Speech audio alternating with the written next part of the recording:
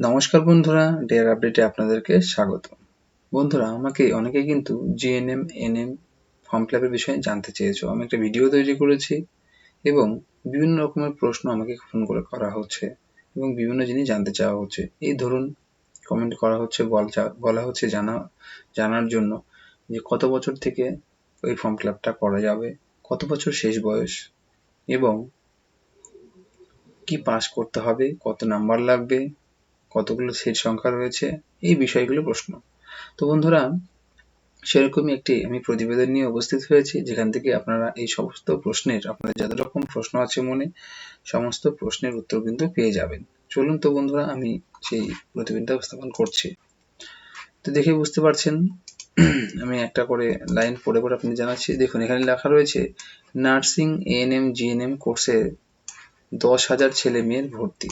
অর্থাৎ আপনাদের জন্য সব থেকে বড় গুড নিউজ সেটা হচ্ছে যে এবছর যারা এএনএম জিএনএম এর ফর্ম ফিল আপ করছো তাদের কিন্তু 10,000 ছেলে মেয়েকে ভর্তি নেবে।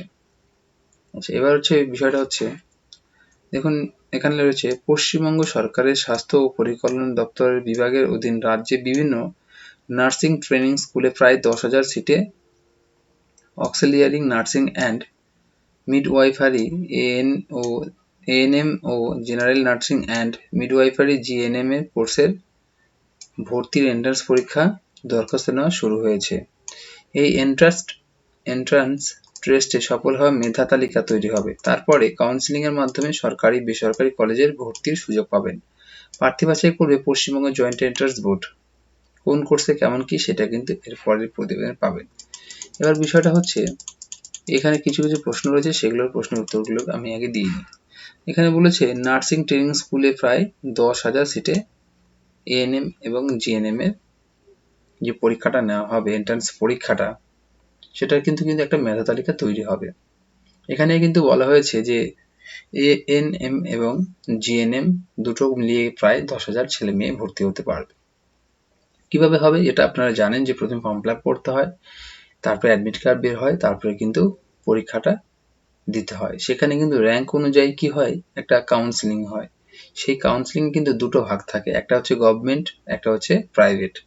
তো আপনারা সবাই এটাই চেষ্টা করবেন যেন গভর্নমেন্ট জেনে মেনে ভর্তি হতে পারেন। আর প্রাইভেটে হলে একটু বেশি খরচা পড়ে, তার জন্য সরকারিতে ভর্তি হওয়ার বেশি করবেন। আর কাউন্সেলিং যদি আপনাদের র্যাঙ্ক হয়ে যায়, যখন আপনারা কলেজগুলো সিলেক্ট করবেন, তখন কিন্তু সবাই কিন্তু সরকারিটা সিলেক্ট করবেন এবং বেসরকারিটা যদি কারোর ইচ্ছে থাকে তাহলে সেগুলো সিলেক্ট করতে পারে। এবার চলুন আমি নেক্সট যে পেজ রয়েছে সেই পেজে আমি আপনাদের দেখিয়ে দিচ্ছি কি কি প্রতিবেদন রয়েছে। দেখুন, এখানে অনেক বড় একটা লেখা রয়েছে, তো সেটা আমি হালকা একটু জুম করে নেব, সুবিধার্থে জুম করে নিয়ে তবে জানাবো। দেখো, এখানে কিন্তু বলেছে শিক্ষাগত যোগ্যতা, প্রার্থী বাছাই পদ্ধতি ইত্যাদি বিস্তারিত তথ্য নিচে দেওয়া হলো। আচ্ছা, এখানে এএনএম এ ফর্ম ফিল আপ করতে গেলে বা এর বসতে গেলে কি কি লাগবে সেই জিনিসটা কিন্তু এখানে বোঝানো হয়েছে। মোট অন্তত 40% নম্বর পেয়ে যে কোনো শাখায় উচ্চ মাধ্যমিক পাস তরুণীরা আবেদন করতে পারেন।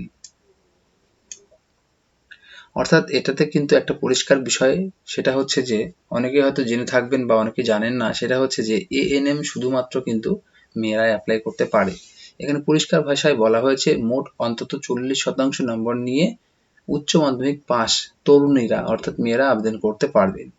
এখানে কিন্তু ছেলেরা অ্যাপ্লাই করতে পারে না। উচ্চ মাধ্যমিকে ইংরেজি বিষয়ে পাস নম্বর পেয়ে থাকতে হবে, অর্থাৎ উচ্চ মাধ্যমিকে আপনাকে অবশ্যই কিন্তু ইংলিশ থাকতে হবে এবং সেটাকে পাস নম্বর পেয়ে থাকতে হবে। প্রার্থীদের পশ্চিমবঙ্গে অন্তত 10 বছরের স্থায়ী বাসিন্দা হতে হবে। অর্থাৎ যারা এই এএনএম ফর্ম ফিল আপটা করবেন এবং জিএনএম ফর্ম ফিল আপটা করবেন তাদেরকে কিন্তু অন্ততপক্ষে পশ্চিমবঙ্গে 10 বছর স্থায়ী বসবাস করে থাকতে হবে। বাংলা ভাষা লিখতে ও পড়তে পারা দরকার, অর্থাৎ আপনি যেহেতু পশ্চিমবঙ্গের ফর্ম ফিল আপ করছেন সেই জন্য কিন্তু আপনি কিন্তু বাংলা ভাষা লিখতে পড়তে জানতে হবে। 2 বছরের ট্রেনিং, স্টাইপেন্ড মাসে 500 টাকা। এটা কিন্তু এই এএনএমটা কিন্তু 2 বছরের ট্রেনিং এবং এটাতে কি আছে, স্টাইপেন্ড পাবেন মাসে 500 টাকা করে। ঠিক আছে, চলুন তারপরে। তো দেখুন, তারপরে বলেছে জিএনএম অর্থাৎ জিএনএম এ মোট 40% নম্বর। বুঝতেই পারছেন জিএনএমটাকে কিন্তু একইভাবে বিভাজন করা হয়েছে। চলুন আমি দেখিয়ে দিচ্ছি। এখানে একই রকম ভাবে বলা হয়েছে যে 40% যে কোনো শাখায় উচ্চ মাধ্যমিক পাস ছেলে মেয়েরা আবেদন করতে পারবেন। অর্থাৎ আপনারা জিএনএমটা যে এখানে রয়েছে, যে ফর্ম ফিল আপটা আপনারা করবেন, সেটাতে কিন্তু পরিষ্কারভাবে বলা হয়েছে যে আপনারা জিএনএম এর ছেলে এবং মেয়েরা উভয়ই কিন্তু অ্যাপ্লাই করতে পারবেন, যেটা কিন্তু এএনএম এর ক্ষেত্রে প্রযোজ্য ছিল না। এএনএম এর ক্ষেত্রে শুধুমাত্র মেয়েরাই অ্যাপ্লাই করতে পারতেন এবং জিএনএম এর ক্ষেত্রে কিন্তু আপনারা ছেলে এবং মেয়ে দুজনেই কিন্তু আবেদন করতে পারবেন। এখানেও সেই একই ক্রাইটেরিয়া রয়েছে, সেটা হচ্ছে উচ্চ মাধ্যমিক ইংরেজি বিষয়ে 5 নম্বর পেয়ে থাকতে হবে। ইংরেজি বিষয় নিয়ে হেলথ কেয়ার সায়েন্স, এখানে দেখো একটা ভালো জিনিস রয়েছে, ইংরেজি বিষয় নিয়ে হেলথ কেয়ার সায়েন্স নিয়ে ভোকেশনাল শাখায় উচ্চ মাধ্যমিক পাশে মোট অন্তত 40% নম্বর পেয়ে থাকলেও যোগ্য। অর্থাৎ এখানে বলেছে কেউ যদি ভোকেশনাল থেকে উচ্চ মাধ্যমিক পাশ করে থাকো, তোমাদের যদি ইংরেজি বিষয় নিয়ে হেলথ কেয়ার সায়েন্স নিয়ে ভোকেশনাল পাশ করে থাকো, তাহলে তোমরা কিন্তু 40% নিয়ে যদি পাশ করে থাকো, তাহলে তোমরা কিন্তু এটাতে বসার যোগ্য। এএনএম পাস নম্বর পেয়ে, এখানে বলেছে এএনএম পাস নম্বর পেয়ে পাস হিসেবে নাম নথিভুক্ত থাকলেও যোগ্য। ঠিক আছে। পশ্চিমবঙ্গে একটানা 10 বছর স্থায়ী বাসিন্দা হিসেবে বাসিন্দা হতে হবে, যেটা এনএম এর ক্ষেত্রে ছিল সেটা কিন্তু জিএনএম এর ক্ষেত্রে রয়েছে। বাংলা ভাষায় লিখতে ও পড়তে পারা দরকার। 3 বছর ট্রেনিং, অর্থাৎ তোমরা কিন্তু একটু আগে যেটা দেখেছিলে সেটা হচ্ছে এএনএম এ 2 বছরের ট্রেনিং ছিল, সেখানে ভাতা পাওয়া যেত। এখানে কিন্তু জিএনএম এর কিন্তু 3 বছরের ট্রেনিং। এএনএম কোর্সে ভর্তির জন্য শুধুমাত্র মেয়েরা যোগ্য। জিএনএম কোর্সের ভর্তির জন্য ছেলে মেয়ে উভয় প্রার্থীরাই যোগ্য। অর্থাৎ আমি একটু আগে যেটা ক্লিয়ার করে বললাম আপনাদের প্রশ্নটার উত্তর, সেটা হচ্ছে যে এএনএম কিন্তু শুধুমাত্র মেয়েরাই করতে পারবেন এবং জিএনএমটা কিন্তু ছেলে মেয়ে উভয় প্রার্থীরাই কিন্তু ফর্ম ফিল আপ করতে পারবেন। তারপরে লেখা রয়েছে বয়স। ওপরে সব ক্ষেত্রে বয়স হতে হবে 31/7/2024 হিসেবে ন্যূনতম 17 বছর, অর্থাৎ জন্ম তারিখ হতে হবে 31/7/2007 আগে। এখানে কিন্তু বন্ধুরা দেখো একটা জিনিস খুব ভালোভাবে ক্লিয়ার ভাবে বলা হয়েছে, সেটা হচ্ছে যে জিএনএম এবং এএনএম এর ফর্ম ফিল আপের কিন্তু বয়স হতে হবে 17 বছর। ঠিক আছে, তাহলে তার ডেট অফ বার্থ কত হতে হবে? 31/7/2024 হিসেবে 17 বছর বয়স হতে হবে, জন্ম তারিখ হতে হবে 31/7/2007 আগে। ঠিক আছে, এরপরে হলে কিন্তু বন্ধুরা তোমরা ফর্মটা কিন্তু ফিল আপ করতে পারবে না। তো তারপরে চলো দেখি কি আছে নেক্সট।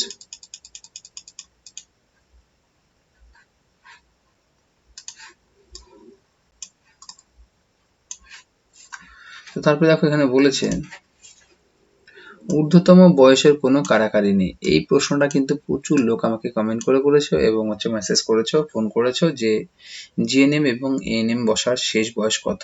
তো বন্ধুরা আমি আগেই আপনাদেরকে জানিয়ে দিয়েছিলাম গুড নিউজটা, সেটা হচ্ছে যে এবছর থেকে কিন্তু বয়সের কারাকারি আর নেই। 17+ হলে পরে আপনি কিন্তু তারপর থেকে আর শেষ বয়স কিছু দেওয়া নেই, এখানে সবাই কিন্তু ফর্ম ফিল আপটা করতে পারবেন। এবছর যারা উচ্চ মাধ্যমিকে ফাইনাল পরীক্ষা দিয়েছেন তারাও আবেদনের যোগ্য। অর্থাৎ আমি কিন্তু ফর্ম ফিল আপে তোমাদের দেখিয়ে দিয়েছি যারা এবছর 24 সালে উচ্চ মাধ্যমিক পরীক্ষা দিয়েছো তাদের রেজাল্ট আউট হয়নি, তার জন্য তারা কিন্তু অ্যাপিয়ার হিসেবে কিন্তু সেই ফর্ম ফিল আপটা তোমরা করতে পারবে। বাংলা ভাষা বলতে লিখতে পারায় দক্ষতা থাকতে হবে, সেক্ষেত্রে মেডিকেল ফিট হতে হবে ও মেডিকেল ফিট সার্টিফিকেট দিতে হবে। অর্থাৎ এখানে কিন্তু আমি একটা ক্লিয়ার করে বলে দিচ্ছি, ধরে নেওয়া হলো তুমি এএনএম বা জিএনএম এর পরীক্ষায় কিন্তু সফল হয়েছো এবং তোমাকে কিন্তু কাউন্সিলিং এর জন্য ডাকা হবে যখন, তখন কিন্তু তোমাকে কিন্তু মেডিকেল ফিট সার্টিফিকেটটা কিন্তু সঙ্গে করে নিয়ে যেতে হবে। হ্যাঁ বন্ধুরা, ফর্ম ফিল আপ করবে যে ওয়েবসাইট থেকে তার নিচেই দেখবে এরকম পাশে অপশন দিয়ে রয়েছে মেডিকেল ফিটনেস সার্টিফিকেট। সেই সার্টিফিকেটটা তোমরা কিন্তু প্রিন্ট আউট করবে, করে তোমরা নির্দিষ্ট তোমাদের ডিস্ট্রিক্ট লেভেলে বা যে সরকারি হসপিটালগুলো রয়েছে এখান থেকে কিন্তু এই মেডিকেল ফিটনেস সার্টিফিকেট তোমরা বের করে নেবে। সেখান থেকে বের করে নিয়ে সেই ডক্টরের কিন্তু সিল ছাপ্পার এবং রেজিস্ট্রেশন নাম্বার। আমি আবারও বলে দিচ্ছি, বিগত কয়েক বছর আমি দেখেছি যে যারা এই শেষের মুহূর্তে এসে মেডিকেল ফিটনেস সার্টিফিকেট বের করছো তোমরা কিন্তু প্রচুর ভুল করছো, কারণ প্রাইভেট নার্সিং হোম থেকে তোমরা কিন্তু রেজিস্টার ডক্টর বাদ দিয়ে করে নিয়ে যাচ্ছ, সেটা কিন্তু রিজেক্ট করে দিচ্ছে। তার জন্য আমি বলবো যে তোমরা কিন্তু ভালো পরীক্ষা দিয়ে থাকলে পরে আর ভালো র্যাঙ্ক করলে পরে তোমরা কিন্তু কি করবে, সরকারি হসপিটাল থেকে আগে থেকেই এই ফরম্যাটটা বের করে নেবে, বের করে নিয়ে সরকারি হসপিটাল থেকে মেডিকেল ফিটনেসটা ফর্মটা ফিল আপ করে সিল ছাপ্পা করে নেবে এবং সেটা কিন্তু রেজিস্টার ডক্টরের হতে হবে। ঠিক আছে, এটা তোমরা আগে করে রেখে দেবে। তারপরে বলেছে ট্রেনিংয়ে সফল হলে শূন্য পদ অনুযায়ী স্টাফ নার্স পদে চাকরি পেতে পারেন। এখানে একটা জিনিস আছে, সেটা হচ্ছে আপনারা যখন 3 বছর কমপ্লিট ট্রেনিং হয়ে যাবে, আপনারা কিন্তু স্টাফ নার্স হিসেবে যখন ভ্যাকেন্সি ছাড়বে, আপনাদের কিন্তু রেজিস্ট্রেশন করা থাকলে আপনারা ইন্টারভিউর মাধ্যমে এখানে জয়েন করতে পারেন। ট্রেনিংয়ের শেষ 6 মাসের মধ্যে রাজ্য সরকারের স্টাফ নার্স পদে চাকরি পেলে 5 বছর চাকরি করতে বাধ্য থাকতে হবে। অর্থাৎ আপনি যদি সরকারিভাবে জিএনএম বা এনএম যদি এই ট্রেনিংটা কমপ্লিট করে থাকেন, তাহলে কিন্তু আপনাকে সরকারিভাবে 5 বছর চাকরি করতেই হবে। আপনি যদি মনে করেন যে আমি করবো না, সেটা কিন্তু হবে না, আপনাকে করতেই হবে বাধ্যতামূলক। এবার বলেছে আবাসিক কোর্স বাসস্থানের জন্য মাসে 12 টাকা করে জমা দিতে হবে। অর্থাৎ আপনি এই যে আবাসিক কোর্স আর বাসস্থানের জন্য কিন্তু আপনাকে 12 টাকা করে জমা দিতে হবে। খাদ্য বাবদ প্রতি মাসে 1.5 টাকার পরিমাণ পরে জানানো হবে। অর্থাৎ আপনি যে খাবারটা খাবেন তার যে কত টাকা করে দিতে হবে, সেটা কিন্তু আপনি পরে যখন জয়েন করবেন এই আবাসিক কোর্সে বা বাসস্থানের জন্য, তখন কিন্তু সেটা জানিয়ে দেওয়া হবে এবং এটার জন্য কিন্তু আপনি স্টাইপেন্ডও পাবেন। মোট শূন্যপদের মধ্যে তপশিলি জাতির জন্য 22%, তপশিলি উপজাতিদের জন্য 6%, ওবিসি এ ক্যাটাগরি প্রার্থীদের জন্য 10% এবং ওবিসি বি ক্যাটাগরি প্রার্থীদের জন্য 7%। এবার এই শতাংশগুলো কিসের সেটাই বুঝতে পারছেন না তো? হ্যাঁ, এবার আমি ক্লিয়ার করে বলে দিচ্ছি। একটু উপর দিকে তুলে নিচ্ছি। এখানে বলেছে প্রার্থীদের জন্য 10%, ওবিসি বি ক্যাটাগরি প্রার্থীদের জন্য 7%, সিভিল ডিফেন্স কর্মীদের জন্য 2-2.5%, অনাথ দুস্থ মহিলাদের জন্য 2% সিট সংরক্ষিত আছে। এবারে আপনারা জানেন যে এসসি এসটি ওবিসিদের জন্য কিন্তু এই শতাংশটা কিন্তু একটা সিট ফাঁকা থাকে, সেটা ওদের জন্য একটা সংরক্ষণ করা থাকে যে এত শতাংশ, ঠিক আছে? সেটার মধ্যে আপনি বললে অল্প র্যাঙ্কে কিন্তু আপনারা ভালো জায়গায় চান্স পেয়ে যেতে পারেন। আচ্ছা, এবার বলেছে প্রার্থী বাছাই পদ্ধতি। প্রার্থী বাছাই পদ্ধতিটা কি রয়েছে? এখানে বলেছে প্রার্থী বাছাই করবে Paschimbanga joint entrance examination board, ঠিক আছে? এই যে বোর্ডটা লেখা রয়েছে joint entrance test for auxiliary nursing and midwifery, ঠিক আছে? এবার চলুন তারপর কি আছে দেখি।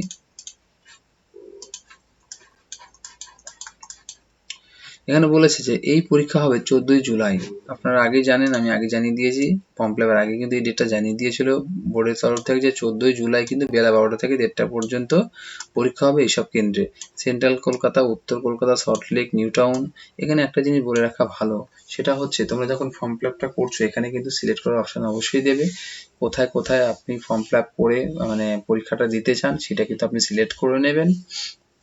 এখানে কিন্তু সেই সেন্ট্রালগুলোর নাম এখানে দেওয়া রয়েছে। দেখুন প্রত্যেকেরই বাড়ির কাছাকাছি রয়েছে, কলকাতা, মালদা, বহরমপুর, এরকম করে কিন্তু যতগুলো সেন্টার রয়েছে সবগুলোর কিন্তু এখানে সুন্দর করে নাম দেওয়া রয়েছে।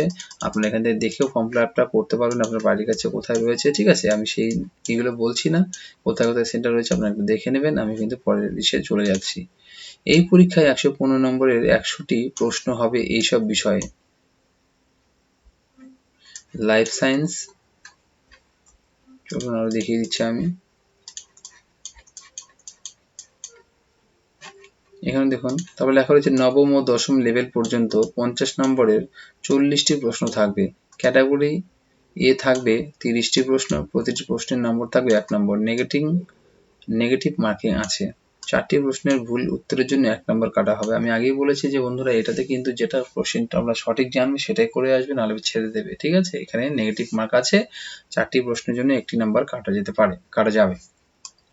ক্যাটাগরি 2 এ থাকবে 10টি প্রশ্ন, প্রতিটি প্রশ্নের থাকবে 2 নম্বর, নেগেটিভ মার্কিং নেই। এটাতে কিন্তু বন্ধু দেখো, এই ক্যাটাগরি 2 এ কিন্তু নেগেটিভ মার্ক নেই। ফিজিক্যাল সায়েন্স নবম ও দশম লেভেল পর্যন্ত 25 নম্বরের 20টি প্রশ্ন থাকবে। ক্যাটাগরি এ থাকবে 15টি প্রশ্ন এবং প্রতিটি প্রশ্নের মান থাকবে 1 নম্বর, নেগেটিভ মার্কিং আছে। এটাতে কিন্তু বন্ধুরা নেগেটিভ মার্কিং আছে। 4টি প্রশ্নের ভুল উত্তরের জন্য 1 নম্বর কাটা হবে। ক্যাটাগরি 2 এ থাকবে 5টি প্রশ্ন, প্রতিটি প্রশ্নের মান থাকবে হচ্ছে 2 নম্বর করে, নেগেটিভ মার্কিং নেই। এটাতে কিন্তু বন্ধুরা নেগেটিভ মার্কিং নেই, এটাতে কিন্তু বন্ধু খুব ভালো। এটাতে যদি আপনারা দেখেন যে হচ্ছে এরকম হয় পরীক্ষার সময় যে 4টা অপশন দেওয়া রয়েছে, এর মধ্যে 2টো দেখে মনে হয় যে 2টোর মধ্যে যে কোনো একটা হবে, তখন কিন্তু আপনারা একটা আইডিয়া করে দিয়ে দেন। তো এখানে কিন্তু বন্ধু সেই চান্সটা আপনারা নিতেই পারেন। তারপরে দেখুন 3 নম্বরে কি বলেছে, ইংরেজি 15 নম্বরে 15টি প্রশ্ন থাকবে। 4 নম্বর আছে অঙ্ক, নবম ও দশম লেভেল পর্যন্ত 10 নম্বরে 10টি প্রশ্ন, জেনারেল নলেজ 10 নম্বরে 10টি প্রশ্ন, লজিক্যাল রিজনিং 5 নম্বরে 5টি প্রশ্ন।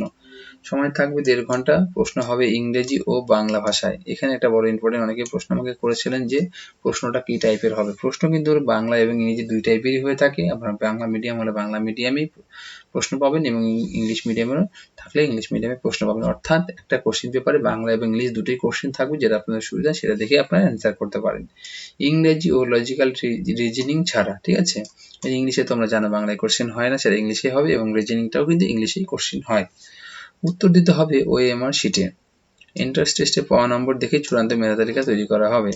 এবার বিষয়টা হচ্ছে, আমি একটা ছোট্ট করে আপনাদের বলে দিতে চাই, সেটা হচ্ছে আপনারা অনলাইন থেকে গিয়ে এই ওএমআর শিটটা আগে থেকে ডাউনলোড করে নেবেন, করে নিয়ে বাড়িতে কিন্তু প্র্যাকটিস করবেন, তাহলে কিন্তু আপনাদের কিন্তু টাইমটা অনেকটাই বেঁচে যাবে। ঠিক আছে, এখানে বলেছে যে আপনাদের পরীক্ষা যা হবে এন্ট্রান্স টেস্ট পাওয়া নম্বর দেখে কিন্তু মেধা তালিকা তৈরি হবে। এএনএম ও জিএনএম এর পোর্শনের জন্য দুটি আলাদা জেনারেল মেরিট র্যাঙ্ক জিএনএম এবং তালিকা তৈরি করা হবে। অর্থাৎ প্রত্যেক বছর তুলনায় এবছরে কিন্তু সেই এরকমই করা হবে। একটা র্যাঙ্ক কার্ড যে দেবে সেখানে দেখবেন আপনাদের লেখা থাকবে যে এএনএম এ আপনি কত র্যাঙ্ক করেছেন, এবং তার মধ্যে ভাগ থাকবে যে জেনারেলে কত র্যাঙ্ক হয়েছে, আপনি এসসি এসটি ওবিসি হলে তার কত র্যাঙ্ক হয়েছে।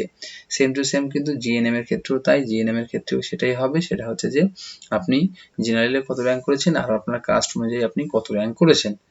এরপর হবে কাউন্সিলিং, তারপরে সিট অ্যালোকেশন হবে। অর্থাৎ এই জিনিসটা কিন্তু ধাপে ধাপ আপনাদের বুঝতে হবে। সেটা কি, যখন আপনি পরীক্ষাটা দিয়ে পাশ করে গেলেন, আপনার যে র্যাঙ্ক কার্ডটা বের হলো, সে তারপরে কি করতে হবে, কাউন্সিলিং হবে। ঠিক আছে, কাউন্সিলিং এ কি, সেটা হচ্ছে যে ধরুন আপনি কতগুলো সরকারি কলেজে অ্যাপ্লাই করছেন, সেটার উপরে কাউন্সিলিং হবে। সিট অ্যালোকেশন হবে, তবে কতগুলো সিট নেওয়া হচ্ছে সেই অ্যালোকেশনটা দেওয়া হবে। তখন কোন প্রতিষ্ঠানে কটি সিটে কোন কোন প্রার্থীরা কাউন্সিলিংয়ে হাজির হতে পারবেন। দেখুন, এটা কিন্তু একটা ভালো বিষয় রয়েছে, সেটা একটু ভালো করে দেখে নেবেন। আমি আপনাদের সামনে একটু ভালো করে তুলে ধরছি। এখানে বলছে কোন প্রতিষ্ঠানে কটি সিটে কোন কোন প্রার্থীরা কাউন্সিলিংয়ে হাজির হতে পারবেন তা বিজ্ঞপ্তি দিয়ে জানানো হবে। অর্থাৎ ধরে নেওয়া হলো, আমি একটা নর্মালি আপনাকে জানিয়ে দিচ্ছি, সেটা হচ্ছে ধরে নেওয়া হলো যে একটা বাঙ্গুর হসপিটালে 100টা সিট রয়েছে, সেটাতে কিন্তু এসসি এসটি ওবিসি সংরক্ষণ করা থাকে যে কতগুলো করে সিট রয়েছে। সেই নির্দিষ্ট প্রার্থীই কিন্তু সেখানে সেইভাবে সেই ক্যাটাগরির মধ্যে পড়লে, ধরে নেওয়া হলে এসসিদের জন্য 20টা সিট রয়েছে, এসসিরা সেখানে কিন্তু 20টা সিটই বুকিং করতে পারবে। সেই জিনিসটা কিন্তু এখান থেকে আপনারা যখন কাউন্সিলিং করবেন অনলাইনে, তখন কিন্তু এই জিনিসগুলো দেখতে পারবেন, এবং কি আপনারা কিন্তু র্যাঙ্ক কার্ড ও ওয়েবসাইট থেকে ডাউনলোড করতে পারবেন। তবে সব প্রার্থী কাউন্সিলিংয়ে ডাক পাবেন না। নির্দিষ্ট কাট অফ র্যাঙ্ক বা কাট অফ স্কোর পর্ষদ ঠিক করবে। এবার এটা কিন্তু দেখুন একটা জিনিস, সেটা হচ্ছে র্যাঙ্ক কিন্তু সবাই করবেন, কিন্তু সবাই কিন্তু ডাক পাবেন না। এখানে একটা কাট অফ মার্ক করবে যেখান থেকে সবাইকে ডাকা হয়, সেই কাট অফ মার্কের মধ্যে যারা যারা পড়বেন তাদেরকে কিন্তু ডাকা হবে। অ্যাডমিট কার্ড ওয়েবসাইট থেকে ডাউনলোড করতে পারবেন।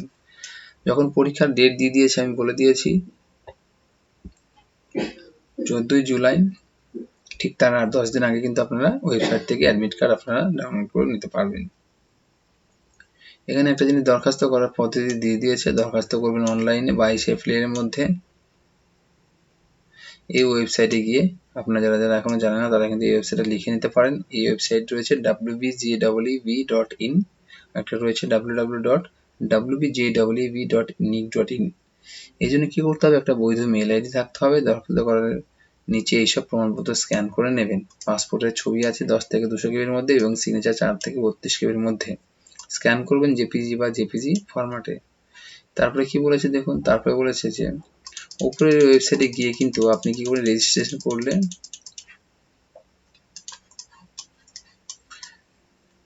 উপরের ওয়েবসাইটে গিয়ে নাম রেজিস্ট্রেশন করতে হবে। তারপর অ্যাপ্লিকেশন নাম্বার, আইডি ও পাসওয়ার্ড পাবেন, যেটি লিখে রাখবেন। এরপর স্ক্যান করা যাবে তথ্য দিয়ে সাবমিট করলেই রেজিস্ট্রেশন হয়ে যাবে। তখন কি, পরীক্ষার ফি বাবদ 400 টাকা, তফসিলি ওবিসি ইডব্লিউএস অনাথ শিশুদের জন্য 300 টাকা।